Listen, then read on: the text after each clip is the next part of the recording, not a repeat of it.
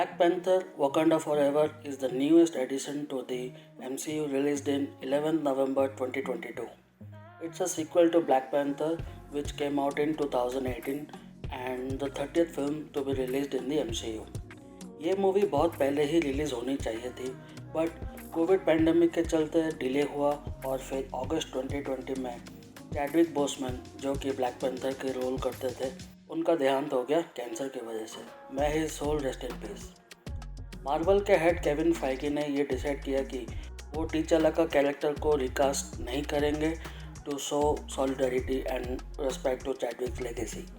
तो फिर पूरा स्क्रिप्ट को चेंज करना पड़ा। फिल्म के डायरेक्टर रैन कुगलर ने ही स्क्रिप्ट लिखा जिस पे उन्होंने ये फिल्म बनाई। ओके, सो आपके मन में ये सवाल होगा कि मूवी कैसी है। अगर आपने ये मूवी नहीं देखी तो आपके लिए स्पॉइलर वार्निंग। इस वीडियो में हम इस मूवी का पूरा ब्रेकडाउन करने वाले हैं।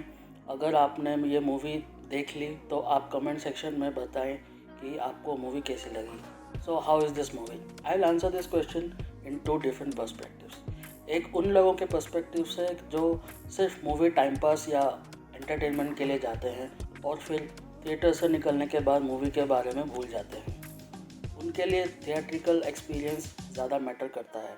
और दूसरा पर्सपेक्टिव ये है जो मूवीज़ को ऑब्जेक्टिवली देखते हैं, उसको एग्जामिन करते हैं एज अ फ़ैन या फिर एज अ क्रिटिक। ये ऐसे लोग हैं जो थिएटर से निकल के उस मूवी के ऊपर चर्चा करते हैं, रिसर्च करते हैं, बेसिकली मेरे जैसे लोग। बट इससे पहले मेरा रिव्यू स्टार्ट करें, मूवी की स्टोरी थोड़ा जान लेते हैं। ये मूवी की story line Avengers end game के बाद की है। वकांडा में किंग टिचाला को कोई लाइफ थ्रेटनिंग बीमारी हुई है और उसका हालत बहुत ख़राब है।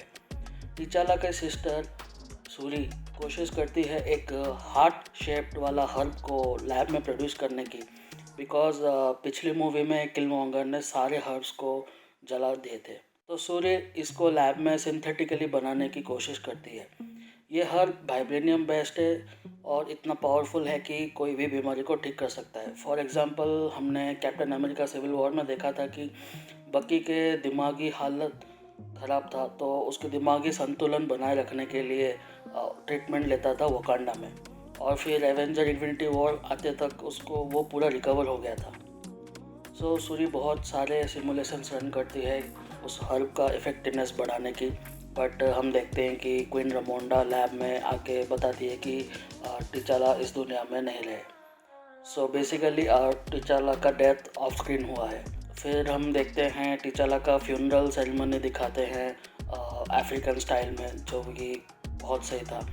फिर मूवी 1 साल का टाइम जंप लेता है। वकांडा के रूलर अब क्वीन रमोंडा है और वो यूनाइटेड नेशंस के कॉन्फ्रेंस में जाती है। वहाँ पर बाकी कंट्रीज़ के लीडर्स क्वीन को प्रेशर करते हैं कि वो वाइब्रेनियम को सारी दुनिया के साथ शेयर करें, जैसे किंग टिचाला ने पिछली मूवी में प्रॉमिस किया था। बट क्वीन रमोंडा एक ही बार में उन सबको मना कर देती है और वार्निंग देती है कि कोई ज़ोर ज़बरदस्ती नहीं करेगा वरना अंजाम बुरा होगा। एक्चुअली हुआ है कि यूएस के मिलिट्री ने वकांडा के एक ऑफ साइट फैसिलिटी पर अटैक करती है वाइब्रेनियम चुराने की कोशिश करने में, बट वकांडा के वॉरियर्स जो है डोरा मिलाजे उनको बंदी बना देते हैं और क्वीन रमोंडा उन कैप्चर किए गए सोल्जर्स को यूएन के सामने सरेंडर करती है एज एन एविडेंस कि बाकी कंट्रीज ऐसा ना करें। फिर हम देखते हैं कि अटलांटिक ओशन में सीआईए और यूएस नेवी सील्स का एक जॉइंट ऑपरेशन चल रहा है जहाँ पर उनके पास एक वाइब्रेनियम डिटेक्टर की मशीन है और ये उसका यूज़ करते हैं एक डीप सी में वाइब्रेनियम डिपॉजिट ढूंढने के लिए। बट ये ऑपरेशन ऑब्वियसली फेल होता है जब कुछ ब्लू स्किन वाले और वाटर ब्रीदिंग वाले कुछ लोग उन पर अटैक करते हैं और उन सबको मार देते हैं। पहले तो यूएस गवर्नमेंट को लगता था कि ये वकांडान्स हैं जिन्होंने उन पर अटैक किया, बट रियलिटी में ये सब नमोर के लोग थे, जो हमें बाद में पता चलेगा। सो क्वीन रमोंडा देखती है कि शूरी लैब में भी ज़्यादातर टाइम स्पेंड करती है आर्टिफिशियल हर्ब को सिंथेसाइज करने की, तो वो शूरी से रिक्वेस्ट करती है कि ये सब काम छोड़ के उसके साथ चले। फिर दोनों रात को एक बीच के पास बैठे होते हैं। टिचाला के डेथ का 1 साल बीतने पर क्वीन रमोंडा अपने फ्यूनरल वाले कपड़े जला देती है और वो शूरी को भी ऐसे करने की सलाह देती है। और तभी पानी में से एक आदमी निकल के आता है, वो अपने आप को नमोर कहता है। वो दूसरे कंट्रीज़ के वाइब्रेनियम पाने की कोशिश वकांडा को रिस्पॉन्सिबल मानता है और उनसे डिमांड करता है कि वो लोग उस साइंटिस्ट को ढूंढकर उसके हवाले करें जिसने वाइब्रेनियम डिटेक्टर की मशीन बनाई थी, या फिर वो अपने आर्मी के साथ वकांडा पर अटैक करेगा कुछ ही दिनों में।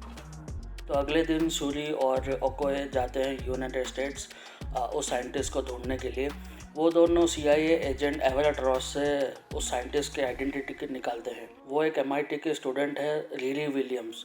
जब सूरी और ओकोए उससे मिलते हैं तो FBI के एजेंट्स उनको अरेस्ट करने आते हैं। वो लोग भागने में कामयाब होते हैं। शूरी एक बाइक पे होती है, ओकोए एक मसल कार चलाती है और रिली विलियम्स अपनी एक मैकेनिकल शूट में उड़ जाती है। एक ब्रिज पर नमोल के लोग होते हैं जो उन पर अटैक करते हैं।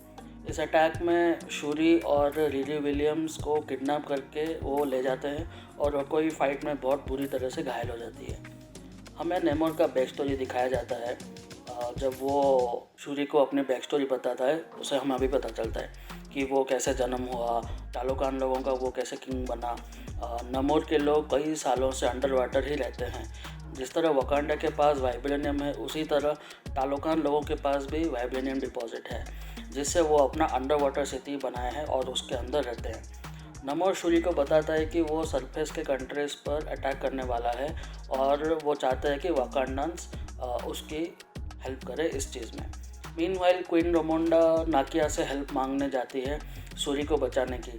फिर सूरी के ब्रेसलेट के ट्रांसमीटर के सिग्नल्स को फॉलो करके नाकिया शूरी और रिली विलियम्स दोनों रेस्क्यू करने में कामयाब होती है। फिर नमोर और उसकी आर्मी वकांडा पे ज़बरदस्त अटैक करते हैं, जिसमें वो पूरा शहर को ही डिस्ट्रॉय कर देते हैं। अटैक में क्वीन रमोंडा की डेथ हो जाती है सैडली, जिसके वजह से शूरी और बाकी लोग पूरी तरह से टूट जाते हैं। यूनाइटेड स्टेट्स में एवरेट रॉस को भी अरेस्ट किया जाता है क्योंकि उसने वकांडांस को रिली के बारे में बताया था। क्वीन रोमोंडा की फिनरल के बाद शूरी नमोर के दिए हुए ब्रेसलेट से वो हार्ट शेप बनाने की कोशिश करती है और इस टाइम वो सक्सेसफुल होती है। फिर उसको पीस के कंज्यूम करती है, उसको ब्लैक पैंथर बनने के लिए। सुपर ह्यूमन वाली जो स्ट्रेंथ आती है ब्लैक पैंथर की, उसके पास आ जाता है। फिर वो लोग डिसाइड करते हैं कि नमोर पे वो लोग काउंटर अटैक करेंगे। शूरी अपने ब्लैक पैंथर सूट बनाती है और रिली विलियम्स एक वाइब्रेनियम डिटेक्टर बनाती है नमोर को चारा बना के फाइट में लाने की। फिर वकांडांस वर्सेस टालोकान्स के बीच में एक फाइट होता है और शूरी और नमोर आपस में लड़ते हैं। नमोर शूरी पे भारी पड़ता है, but at the end Shuri almost Namor को हरा देती है, बट उससे मारती नहीं। वो दोनों आपस में समझौता कर लेते हैं और आपस के फाइटिंग रोक देते हैं। रिली MIT वापस जाती है, ओकोए रॉस को जेल से छुड़ाती है और शूरी जाती है नाकिया के पास हेटी वाली कंट्री में। वहाँ अपने फ्यूनरल वाले कपड़े जलाने के लिए वो जाती है। एक बीच साइड पे वो आग लगा के अपने फ्यूनरल वाले कपड़े जला देती है और टीचाला को याद करती है और मूवी यहाँ पर एंड हो जाता है। इस मूवी में एक मिड क्रेडिट सीन है जहाँ पे नाकिया शूरी को एक बच्चे से मिलवाती है। वो बच्चा टीचाला और नाकिया का होता है। ये उनका डिसीजन था कि उस बच्चे को वकांडा से दूर ही रखें। जब वो बड़ा हो जाएगा तो वो वापस आएगा। बच्चे का नाम तुसो है और वो फ्यूचर टीचाला बनेगा। तो यहाँ पे होता है मूवी ख़त्म। फर्स्ट पर्सपेक्टिव ऑफ मूवी पे आते हैं। अगर आप उनमें से हैं जो थिएटर में मूवी देखना पसंद करते हैं, एंजॉय करना चाहते हैं, तो आपको ये मूवी बहुत पसंद आएगी। इस मूवी की cinematics, location shoot, sound tracks, music, background music बहुत मस्त है। इसमें यूज़ किए गए CGI इफ़ेक्ट्स ज़बरदस्त है और साथ में एक्टर्स की परफॉर्मेंस भी एक नंबर है। खास करके एंजेला बेसेट जो क्वीन रमोंडा के रोल प्ले करती है, उनकी एक्टिंग ने तो चार चांद लगा दिए हैं और मुझे लगता है कि उनको उसके लिए ऑस्कर्स मिलना भी चाहिए और इसके लिए हॉलीवुड में बात भी चल रही है। और फिर दूसरा सबसे बेस्ट एक्टिंग है नमोर का, जिसको एक्टर टिनोक हुएर्ता ने ये रोल प्ले किया है। वो जब भी स्क्रीन पे आता है ना, तो आप सब बस उसी को देखना चाहते हैं। तो स्क्रीन प्रेजेंस और डायलॉग्स बहुत सही है उसका। थोड़ी बहुत कॉमेडी सीन भी है मूवी में, मूड को थोड़ा हल्का बनाने के लिए। और ख़ास करके टीचाला का जो फ्यूनरल सीन है, वो मूवी का सबसे बेस्ट सीन है। और मूवी का रन टाइम 2 घंटा 40 मिनट का है, तो आप लोगों को बहुत मज़ा आएगा इस मूवी देखने में। आप इस फिल्म की दुनिया में खो सा जाओगे। आते हैं अब सेकंड पर्सपेक्टिव ऑफ मूवी पे। Okay, so as a movie critic like myself, my honest opinion is this: I didn't like this movie at all, period. I didn't even enjoyed watching this in theater. The first problem is its runtime of 2 hours 41 minutes. This movie could have been easily wrapped up in under 2 hours. There are a lot of scenes which wasn't required. The pacing of the movie is very slow. At times, you will feel bored, as if the story of the movie isn't progressing ahead, just like that. After watching the movie, I felt that this movie shouldn't have been made at all. This movie is so unnecessary, it doesn't add anything to the broader MCU storyline. The initial story of the movie was to show how T'Challa deals with the post Endgame situation, mentally as well as physically. But unfortunately, when Chadwick Boseman passed away, the entire script was changed to commemorate his legacy. Due to this, they had to pass on the mantle of Black Panther to another character, and unfortunately, it was Shuri. Her character is a nerd, not a leader. I just couldn't digest Shuri becoming Black Panther. Black Panther is not just a superhuman or a superhero, but also a great leader who had excellent leadership skills, and people who like him or people want to follow him because he's a king and a leader, good leader and a good king. Shuri didn't had any character traits to lead people or army or something like that. Her character never had that progression of becoming a leader. So basically, her character was built up as an addition to complement the Black Panther, but not to become a Black Panther. We never see any situation where she kind of leads. So, and all of a sudden, to accommodate this new script, she was made Black Panther. So she wasn't even physically apt to become a Black Panther. I mean, when you look at her in the screen, in the movie theater, you don't feel like, oh, I mean, he totally feels like out of place. He doesn't deserve that title at all. While watching the movie, it felt she was totally out of her character. I think Okoye or Nakia would have made a better Black Panther. Even more, M'Baku character who played by Winston Duke would have made the best Black Panther in the entire movie.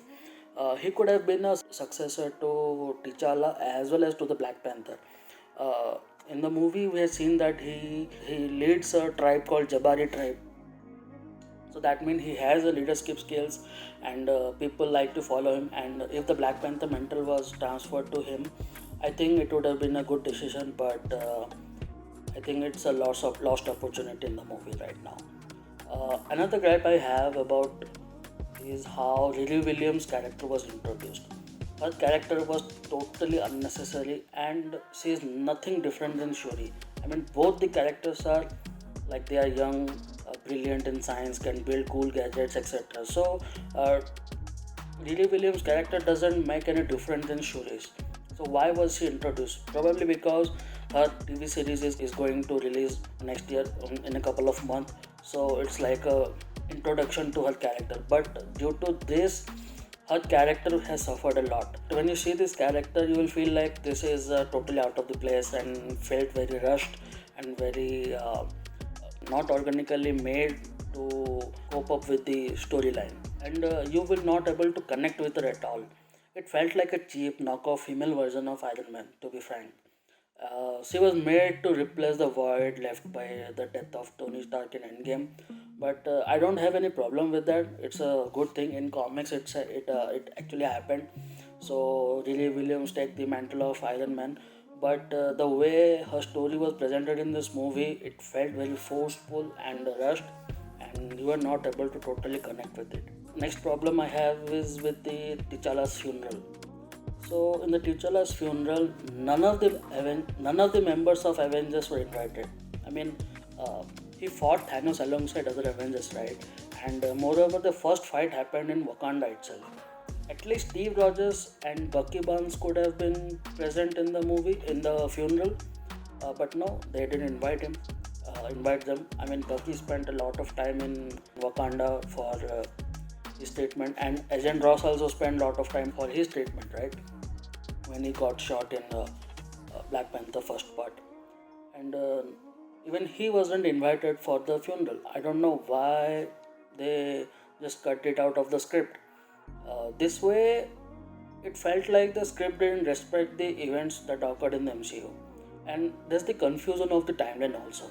So this movie's timeline is surely after Endgame, but there are so many storylines happening in the MCU simultaneously right now.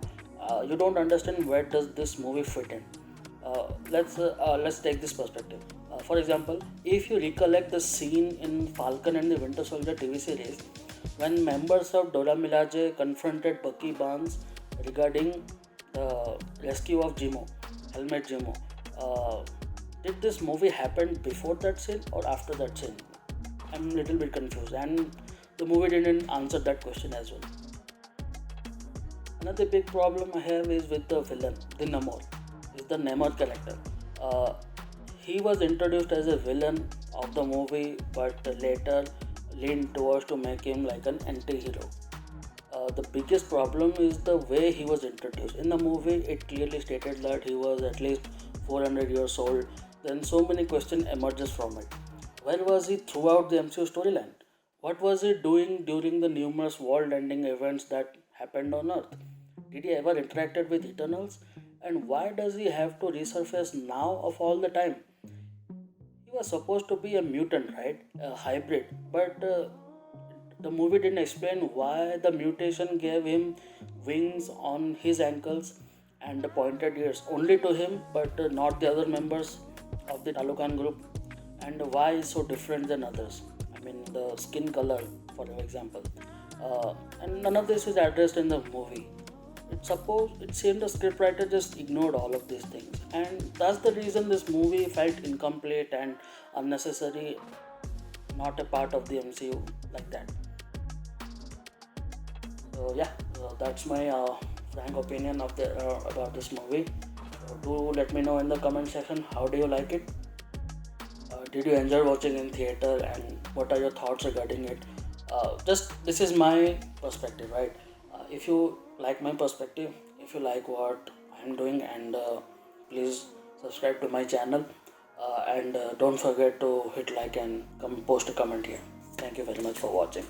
I will see you in the next one.